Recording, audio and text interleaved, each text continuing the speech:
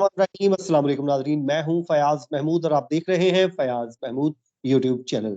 नाज़रीन, इस वक्त एक और इम्पॉर्टेंट 3 डेवलपमेंट सामने आ गई है और वो डेवलपमेंट ये है कि कोर्ट की जानिब से एक और ऑर्डर कर दिया गया है।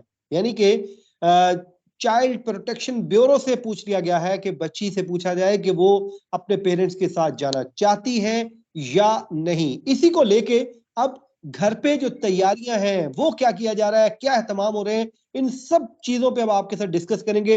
वरना आपको पता है कि हम बहुत दिन में एक आध जो डेवलपमेंट होती है, आज के दिन में तीसरी वीडियो इसलिए शेयर हो रही है कि बार बार डेवलपमेंट हो रही है। तो अब वो जो कहा जा रहा था कि दिनों महीनों घंटों, अब तो घंटों तक मामला आता हुआ दिखाई दे रहा है। तो हमारे साथ मौजूद है शाहिद हुसैन साहब। शाहिद भाई, आपका बहुत बहुत शुक्रिया, आपने वक्त दिया। इस वक्त जो चैम्बर में ऑर्डर हुआ है, वो ऑर्डर क्या हुआ है वो जरा बता दीजिए। अभी आपका बहुत शुक्रिया। मैं तो अक्सर शुक्रिया आप लोगों का इस वजह से भी जो वो कहता रहता हूँ, शुक्रिया अदा करता रहता हूँ कि आप लोग इस मुहिम में शरीक रहे, साथ रहे और ताउन किया, जिसकी वजह से आज ये खबरें आ रही हैं कि बहुत जल्द बच्ची अपने माँ-बाप के पास जाना चाहती है और चली भी जाएगी इंशाल्लाह बहुत जल्द।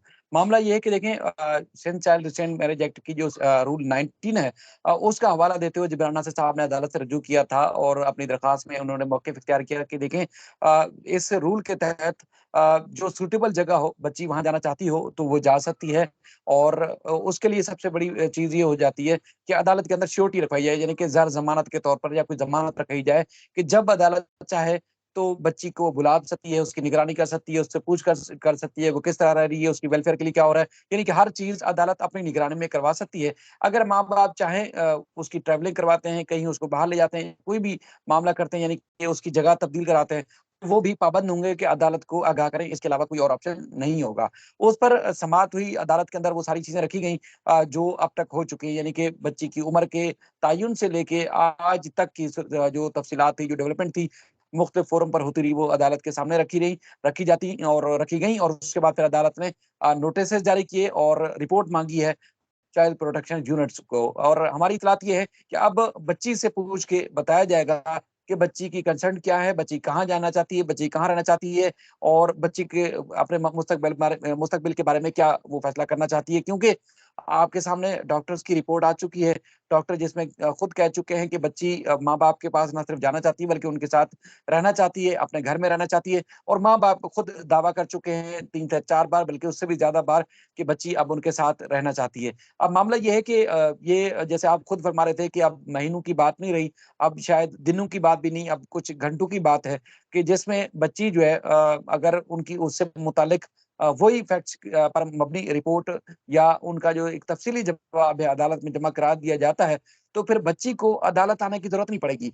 जो हालात वाक़यात नज़र आ रहे हैं, बच्ची को अगर अदालत इजाज़त देती है तो वहीं से ही बच्ची अपने माँ-बाप के पास उनके घर चली जाएगी और माँ-बाप पाबंद होंगे कि जब अदालत तलब करेगी, जब अदालत हुक्म जारी करेगी कि बच्ची को पेश किया जाए, उसको बच्ची को पेश किया जाएगा। क्योंकि मामला बच्ची के घर जाने के बाद खत्म तो नहीं हो जाएगा, क्योंकि मुल्ज़मान के खिलाफ केस ज़ेर समाअत है, चालान जमा हो चुका है और उम्मीद है कि 2 दिन के बाद फर्द जुर्म भी आयद हो जाएगी। तो उसके बाद फिर ट्रायल चलता रहेगा, जब अदालत समझेगी कि बच्ची का बयान रिकॉर्ड करना है या किसी और वजह से बच्ची को बुलाना है, तो ज़रूर उसको बुला सकेगी। लेकिन एक बड़ी और अहम चीज़ ये है कि डॉक्टर्स की रिपोर्ट सामने आने के बाद मेहदी काज़मी साहब ने खुद अदालत से रुजू किया और अदालत से इस्तदा की कि बच्ची को आर्ज़ी तौर पर, यानी कि Sindh child restraint marriage act की रूल 19 के तहत बच्ची उनके हवाले की जाए। अब जिस तरह आप खुद भी फरमा रहे थे कि अब तैयारियाँ शुरू हो गई हैं, क्योंकि माँ-बाप बच्ची के जुदाई के बाद बिल्कुल, परेशान थे। मैं वही पूछने लगा था, आपकी कोई बात हुई है इस वक़्त उनके घर पे कैसी तैयारियाँ हैं? बहनों की जो है वो कैसे इंतज़ार कर रही हैं? वालिदैन ज़ाहिर है उसको कैसे वेलकम करने के लिए तैयार है? अगर बच्ची फौरी तौर पे घर जाती है तो उसके लिए क्या प्लान किया गया है? फ़याद भाई, अदालतों में जो मामलात हम देखते हैं ना अक्सर, कि जब इस तरह के एक संगीन मसले के बाद बच्चियाँ रिकवर होती हैं या कोई भी मामलात होते हैं, तो उसमें मामलात खींचे-खींचे से होते हैं ना, आपको पता है कि वो तनाव सी कैफ़ियत होती है। एक्सेप्ट करना इतना आसान बात नहीं होती, आप खुद भी समझते हैं इस मामले को। लेकिन ये वाहिद माँ-बाप हैं इस बच्ची के, जो तड़प रहे हैं, बच्ची की मासूमियत को लेके, बच्ची की जो है वो बच्ची के साथ जो उनका लगाव था, ज़ाहिर है एक खूनी रिश्ता है। उसके लिए तो उनकी पल पल एक तड़प है जो रुकने का नाम नहीं ले रही। वो हर लम्हे इंतज़ार करते हैं कि उनकी बच्ची उनके पास वापस आ जाए और वो पहले से कहीं ज़्यादा ना सिर्फ़ उसको प्यार देंगे बल्कि उसके वेलफेयर के लिए, उसकी उसके फ्यूचर के लिए ज बंदोबस्त करेंगे। ज़ाहिर है एक बहक गई थी बच्ची, उसको बच्ची को क्या मालूम होगा कि उसके साथ क्या होने जा रहा है। मुल्ज़मान ने जिस तरह चालाकी के साथ, होशियारी के साथ जो कुछ किया है, वो आपके सामने है, इंशाल्लाह उसकी सज़ा उनको ज़रूर मिलेगी। लेकिन तैयारियाँ बहुत बड़े पैमाने पर की जा रही हैं, बच्ची के घर ना सिर्फ़ वापस आने की खुशी में, बल्कि अब मुस्तकबिल में बच्ची को किस तरह सिक्योर किया जाएगा, बच्ची के वेलफेयर और उसकी एजुकेशन के बारे में क्या किया जाएगा, उसके फ्यूचर के बारे में किया जाएगा, उस हवाले से जो है वो भरपूर किस्म की तैयारियाँ जारी हैं। उम्मीद है कि जैसे ही माँ-बाप के पास बच्ची वापस जाती है, तो माँ-बाप भरपूर तरीके से उसको वेलकम करेंगे, बल्कि सेफ और सिक्योर तरीके से उसका मज़ीद बंदोबस्त करेंगे कि अब बच्ची को जो है वो ये महसूस ही ना हो कि इतने बड़े एक वबाल से, एक परेशानी से बाहर आई है, तो उसके हुँ। बाद फिर किसी ने उसको इग्नोर किया या उसको किसी मुश्किल से दो-चार होना पड़ा। तो इस किस्म की कोई और सूरत-ए-हाल इंशाल्लाह नहीं पैदा होगी। बच्ची जब वापस आएगी तो उसी तरह उसको वेलकम किया जाएगा, जिस तरह एक माँ-बाप एक मुश्किल से निकलने वाले बच्चे को या अपनी ठीक है। औलाद को सीने से लगाते हैं। अच्छा, आपकी कोई चाइल्ड प्रोटेक्शन ब्यूरो में इस वक़्त बात हुई है, जिस वक़्त हम बात कर रहे हैं रात के इस पहर? क्या वहाँ पे कोई उस बच्ची से कोई पूछ लिया गया है? कब तक पूछ लिया जाएगा और जवाब कब तक कोर्ट में आ जाएगा? देखिए, अदालत का हुक्मनामा चूँकि ताख़ीर से हुआ, तो शायद आज नोटिस ना पहुँच पाए, लेकिन कल नोटिस शायद मौसूल हो जाए। तो अब तक की इत्तलात के मुताबिक अदालत का हुक्मनामा नहीं आया। बाकी जो बातें हम रिपोर्ट करते हैं, वो चाइल्ड प्रोटेक्शन अमले के सामने होती रही हैं। कोई ढकी-छुपी बात नहीं है।